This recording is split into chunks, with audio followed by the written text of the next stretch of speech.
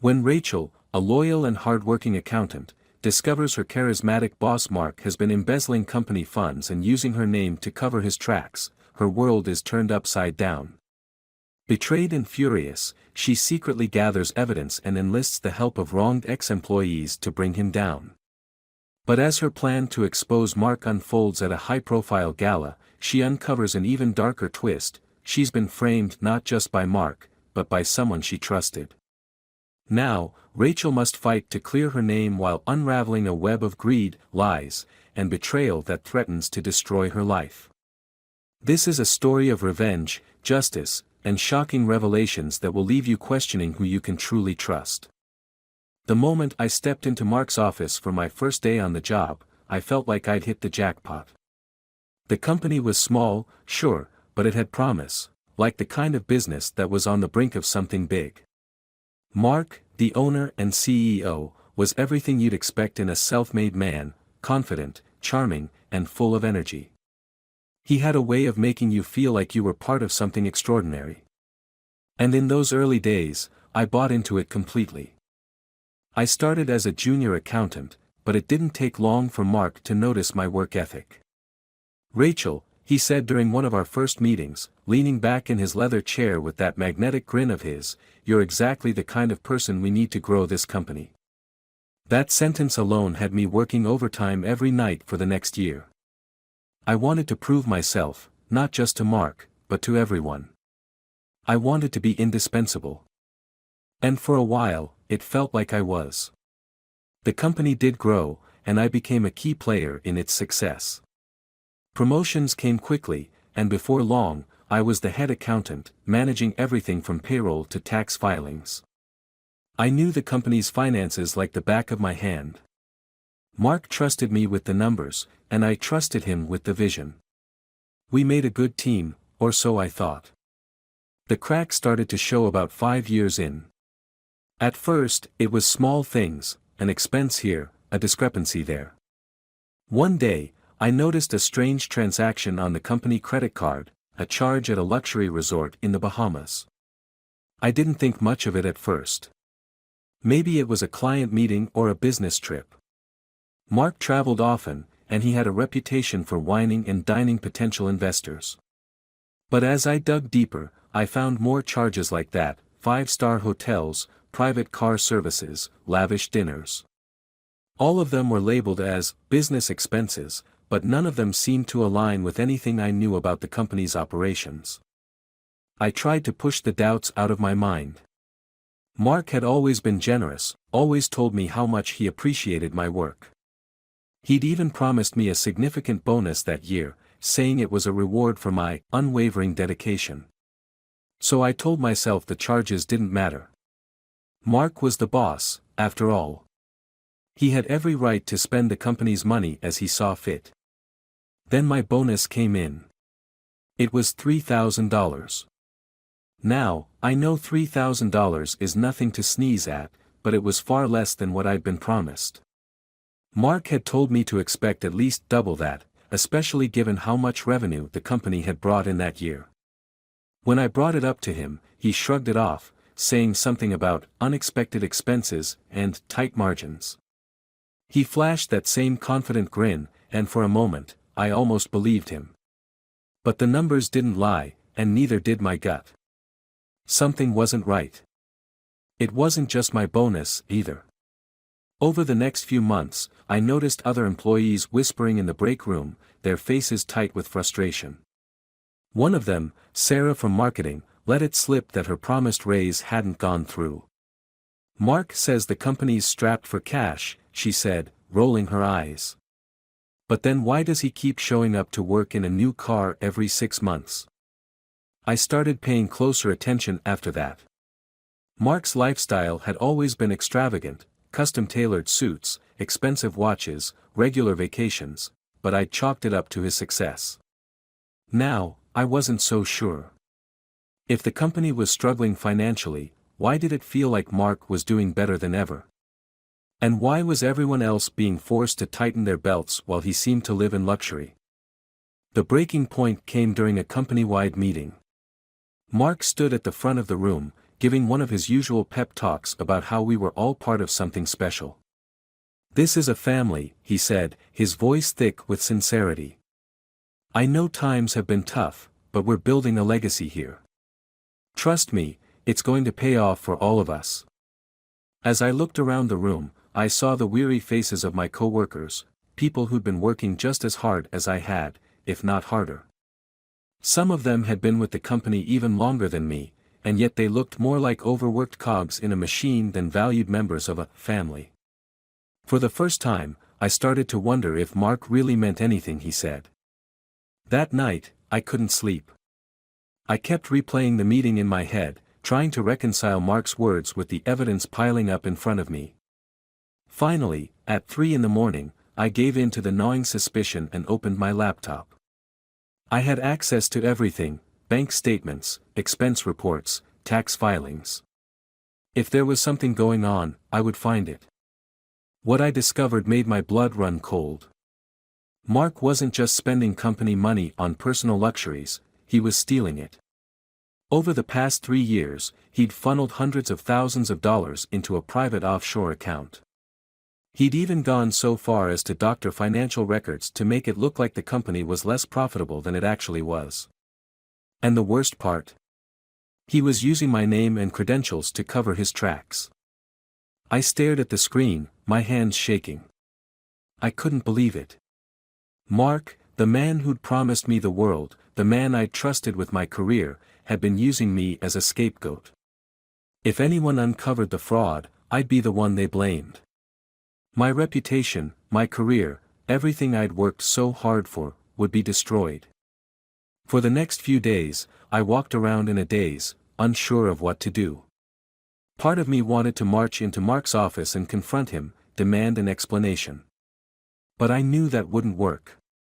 Mark was too clever, too manipulative. He'd twist the situation to make me look like the villain.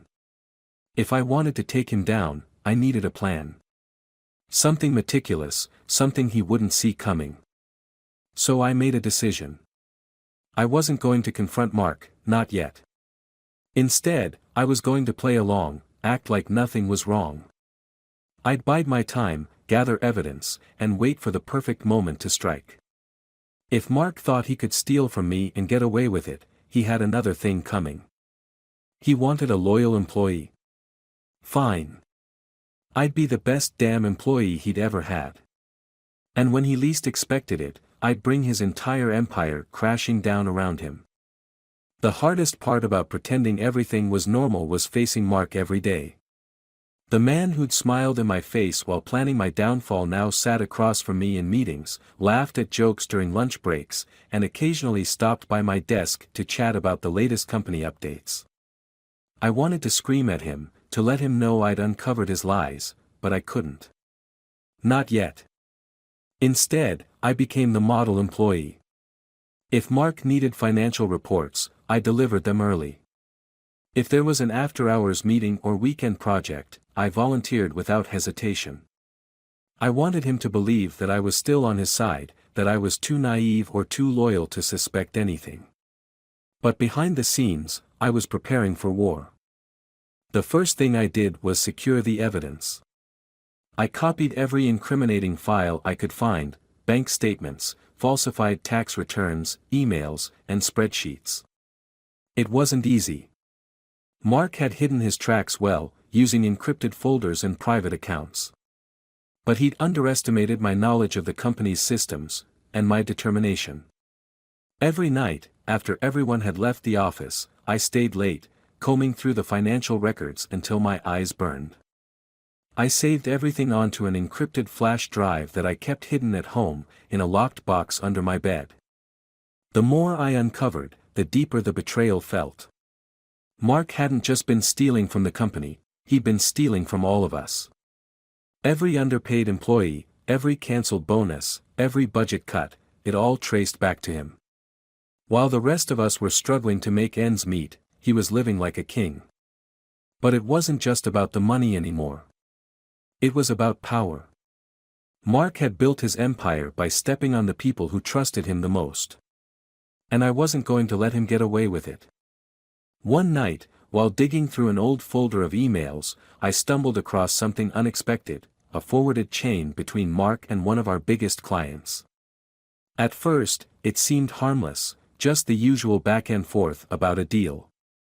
But as I read further, I realized that Mark had lied to the client about the company's financial stability. He'd inflated revenue numbers to secure their business, promising returns he couldn't possibly deliver.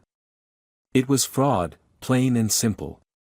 And if the client found out, they'd likely sue the company for damages. I felt a surge of adrenaline. This wasn't just about embezzlement anymore. If I played my cards right, I could not only expose Mark's theft but also destroy his reputation in the industry. It was exactly the kind of leverage I needed to ensure he couldn't talk his way out of this. But I couldn't do it alone. As much as I wanted to be the hero of my own story, I knew that taking down Mark would require more than just evidence. I needed allies, people who had their own reasons to see him fall. And I knew exactly where to start. Tom was the first person I reached out to. He'd been a senior sales executive at the company before Mark abruptly fired him 2 years ago. Officially, Mark claimed it was due to performance issues, but everyone knew the real reason. Tom had challenged Mark on a questionable deal, refusing to go along with the shady tactics Mark was pushing. We met at a quiet coffee shop on a Saturday morning, far from the office or anyone who might recognize us. Tom looked tired, his once sharp suit now replaced with a casual sweater and jeans.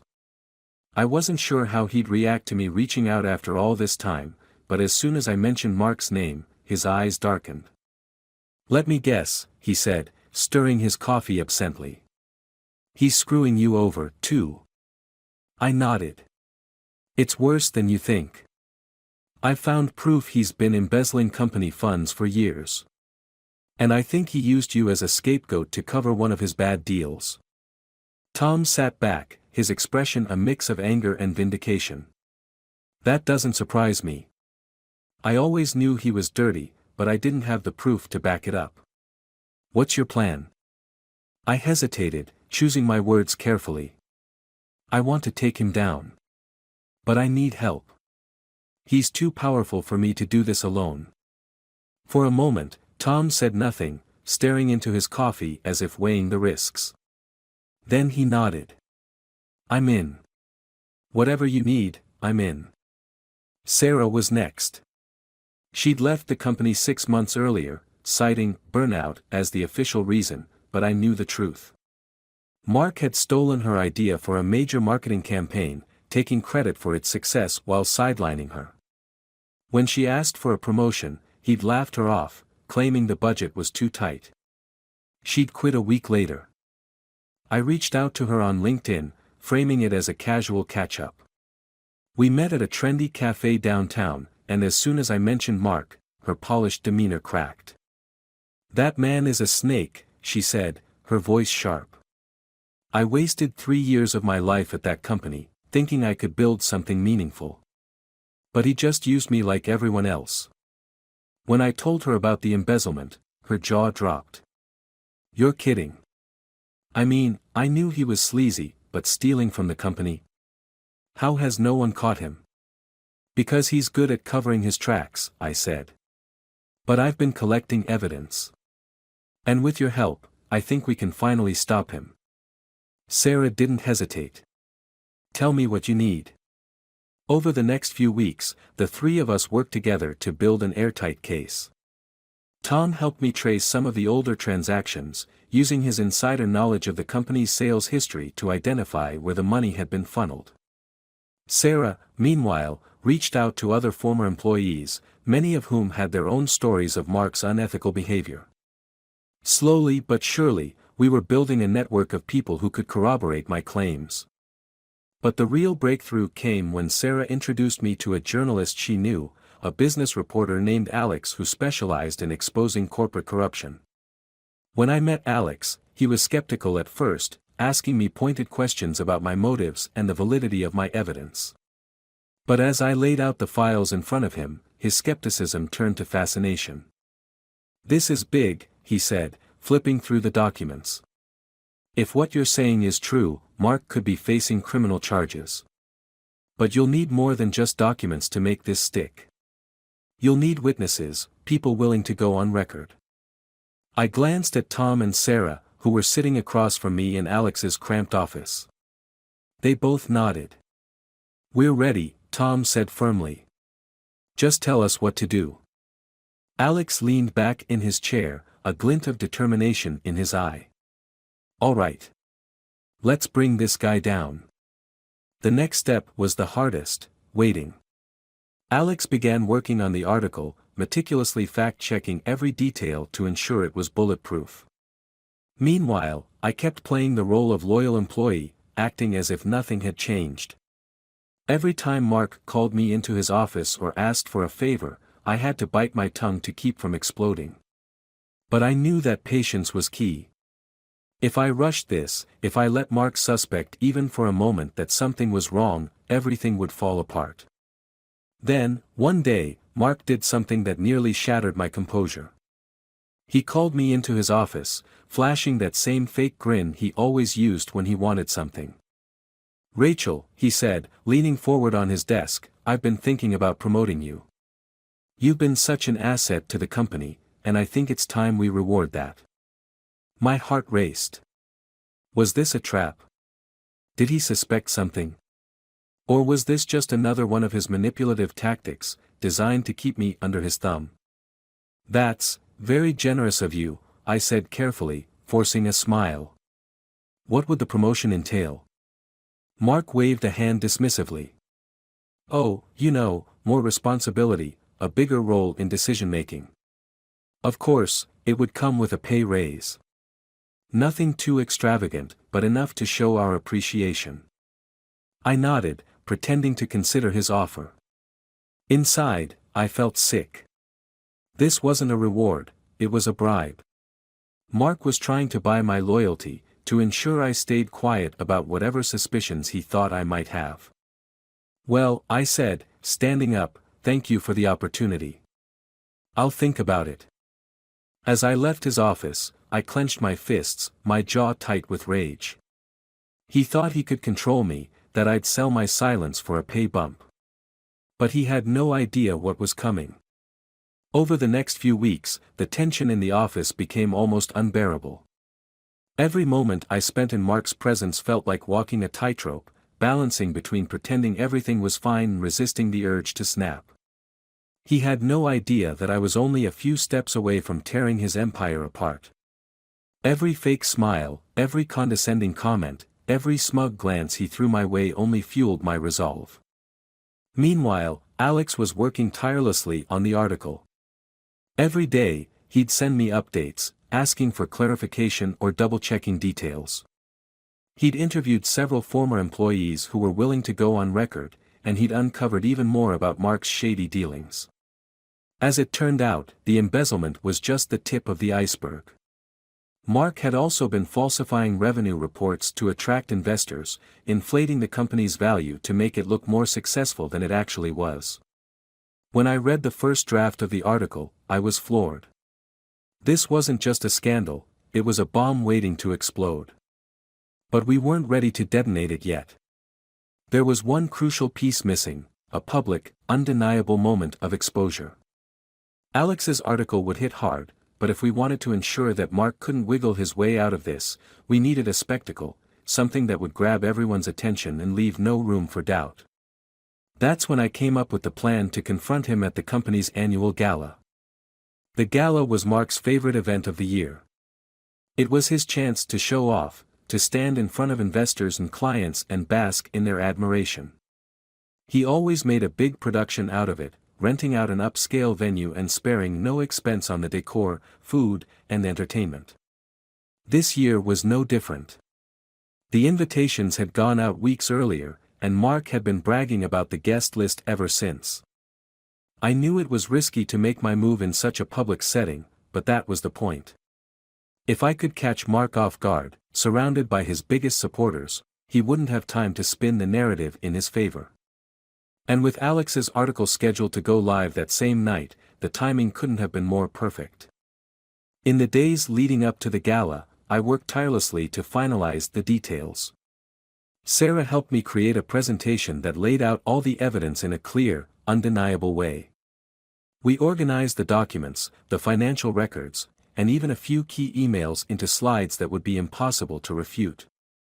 Tom, meanwhile, reached out to a few former employees who were willing to attend the gala as my backup. They weren't invited guests, but they were more than happy to slip in unnoticed and provide moral support. As the night approached, my nerves were on edge. What if Mark figured out what I was planning? What if he found a way to turn the situation against me? But every time doubt crept in, I reminded myself of what was at stake, not just for me, but for everyone he'd hurt. This wasn't just about revenge anymore. It was about justice. The night of the gala arrived, and the venue was even more extravagant than I'd imagined. The ballroom was bathed in warm, golden light, with crystal chandeliers hanging from the ceiling and tables draped in white linen. Waiters in tuxedos moved through the crowd, balancing trays of champagne and hors d'oeuvres. Mark was in his element, working the room with his trademark charm, shaking hands and laughing as if he didn't have a care in the world. I wore a simple black dress, understated but professional. I needed to blend in, not draw attention to myself too early. As I moved through the crowd, I caught sight of Sarah and Tom near the back of the room, quietly mingling with other guests. They gave me a subtle nod, and I felt a surge of confidence. I wasn't alone in this. Mark finally took the stage about an hour into the event. He stood behind a sleek podium, his smile wide and confident as he addressed the crowd. "Ladies and gentlemen, thank you all for being here tonight," he began, his voice smooth and commanding. "This company has always been about more than just profits. It's about people. It's about innovation. And most importantly, it's about trust." The irony of his words almost made me laugh. I stood near the back of the room, clutching the small remote that controlled the projector we'd set up earlier. My heart was pounding, but I kept my face neutral, waiting for the right moment. As we look to the future, Mark continued, "I want to take a moment to thank all of you, our investors, our clients, and of course, our incredible team, for making this journey possible. Together, we've built something truly extraordinary." That was my cue. Taking a deep breath, I stepped forward, making my way toward the stage. "Excuse me," I said, my voice cutting through the applause that followed Mark's speech. He froze, his eyes narrowing slightly as he saw me approach. "Rachel," he said, his tone carefully neutral. "Is there something you'd like to add?" "Yes, actually," I said, my voice steady despite the adrenaline coursing through me. "I think it's time we talk about what's really been going on behind the scenes." Murmurs rippled through the crowd as I stepped onto the stage. Mark's smile faltered, but he quickly recovered, laughing nervously. "I'm not sure what you're talking about, Rachel. This isn't exactly the time or place." "I disagree," I said sharply, cutting him off. "This is the perfect time and place." Without giving him a chance to respond, I turned to the projector screen behind us and pressed the button on the remote. The first slide appeared, a bank statement showing one of Mark's offshore accounts, complete with a list of transfers from the company's accounts. Gasps erupted from the audience as I clicked to the next slide, and the next, each one revealing another piece of damning evidence. "This," I said, my voice rising, "is what Mark has been doing with your money. While the rest of us have been working overtime, sacrificing bonuses, and dealing with budget cuts, he's been siphoning company funds into private accounts, all while falsifying financial records to cover his tracks." Mark's face turned pale, his composure slipping as he stammered, "This is absurd. These documents, this is some kind of mistake." "It's no mistake," I said, my voice cold. "And it's not just about the money. Mark has also been lying to investors, inflating revenue numbers to secure funding and promising returns he can't deliver." The room erupted into chaos. Investors were shouting questions, clients were demanding explanations, and Mark looked like a cornered animal, his eyes darting around the room as if searching for an escape. But I wasn't done. And just in case anyone thinks I'm making this up, I said, gesturing to the back of the room, there are people here tonight who can back me up. Former employees who've seen firsthand what kind of man Mark really is. At that moment, Tom and Sarah stepped forward, followed by two others who'd agreed to testify. Mark's jaw clenched, and I could see the panic in his eyes. He knew he was trapped. The final blow came when I announced, by the way, I'd like to introduce someone else who's here tonight, a journalist who's been investigating this for months. His article, complete with all the evidence you've just seen, will be published in less than an hour. Mark's face crumpled. The crowd erupted again, some people shouting, others filming the spectacle on their phones. I stepped off the stage, my heart racing but my head held high. This was it. Mark's reign was over. The fallout from the gala was immediate and explosive. By the time I left the venue that night, Mark's carefully crafted world was already crumbling around him. The article Alex had written went live just as promised, and within minutes, it was all over social media. Investors were withdrawing their funds, clients were pulling their contracts, and the company's stock, for those few shares Mark had floated publicly, was in freefall. The next morning, the news channels were flooded with reports about Mark's scandal. Headlines like "Real Estate Mogul Caught in Embezzlement Scheme" and "CEO's Web of Lies Exposed" plastered every major outlet. Mark was painted as a textbook fraudster, the kind of person who preyed on the trust of others to line his own pockets. And for a moment, I thought it was over. I thought I'd won. But I was wrong. 2 days after the gala, I was sitting at home, scrolling through the endless stream of articles and comments about the scandal, when my phone rang. The number was blocked.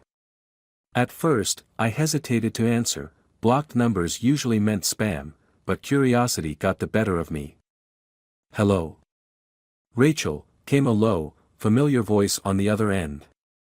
My stomach turned to ice. It was Mark. "What do you want?" I snapped, gripping the phone tightly. "I just wanted to congratulate you," he said, his tone dripping with sarcasm. "You played your part well." The loyal employee turned whistleblower. "It's a great story, really. The media's eating it up."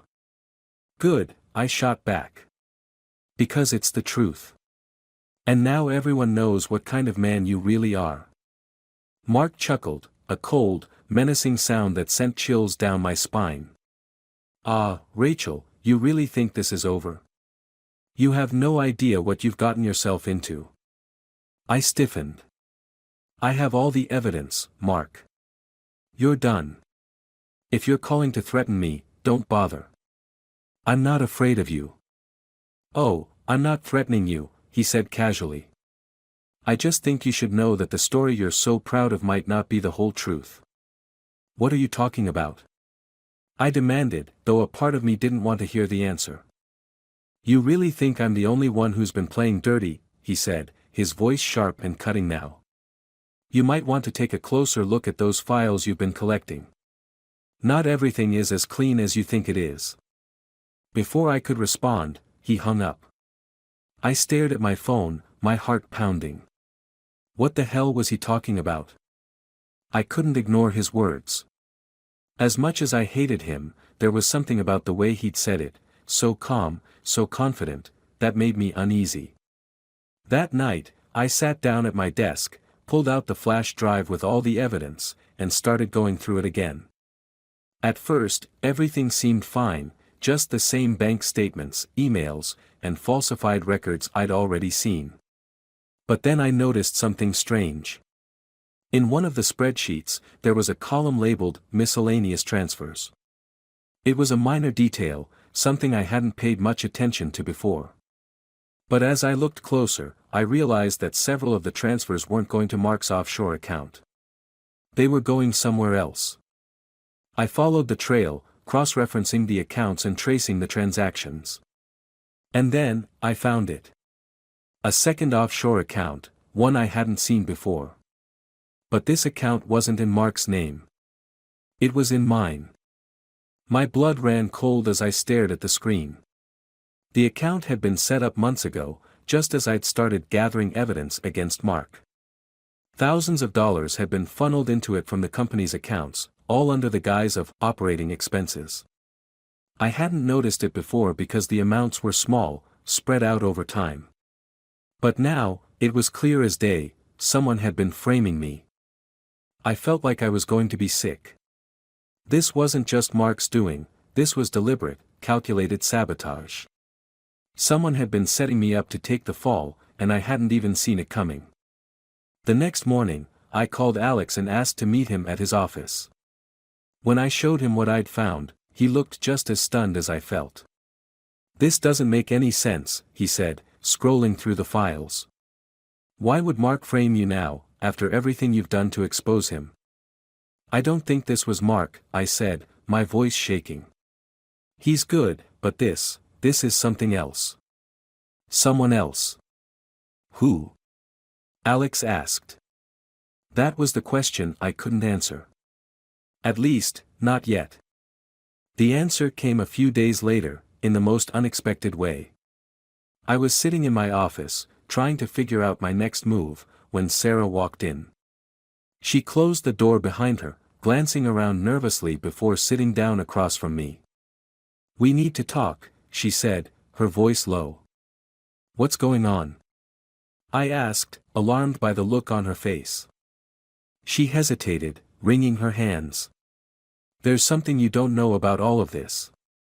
Something I should have told you earlier." My heart sank. "What do you mean?" She took a deep breath. "The offshore account. The one in your name. I think Tom set it up." I stared at her, my mind reeling. "What? That doesn't make any sense. Tom's been helping us take Mark down." "No," she said, her voice trembling. "Tom's been helping himself. He's been planning this for months, long before you ever found out about Mark. He wanted to use you as a scapegoat. If Mark went down, and the company collapsed, all the blame would fall on you. Then, once the dust settled, he'd swoop in and take over." It hit me like a punch to the gut. Tom, someone I'd trusted, someone I'd thought was on my side, had been playing me all along. And worse, he'd been using my fight for justice as a weapon to further his own agenda. "How do you know this?" I asked, my voice barely above a whisper. "Because he approached me first," Sarah admitted, tears welling up in her eyes. "He asked me to help him set you up. He said it was the only way to get revenge on Mark. But I couldn't do it, Rachel. I couldn't betray you like that." For a moment, I couldn't speak. The betrayal, the rage, the disbelief, it was all too much. But then, a new feeling began to rise in me. Determination. If Tom thought he could use me as a pawn in his game, he was about to learn just how wrong he was. The next few days were a blur of activity. With Sarah's help, I gathered everything I could find on Tom, emails, documents, even a few recordings Sarah had secretly made during their conversations. When I confronted Alex with the new evidence, he was furious. "That bastard," he muttered. "He's been playing us this whole time." We decided to update the article, adding a second chapter to the story. The headline was brutal, "CEO's Scandal Exposed," but was the whistleblower set up? It detailed everything, Mark's crimes, Tom's betrayal, and the lengths they'd both gone to in order to manipulate the people around them.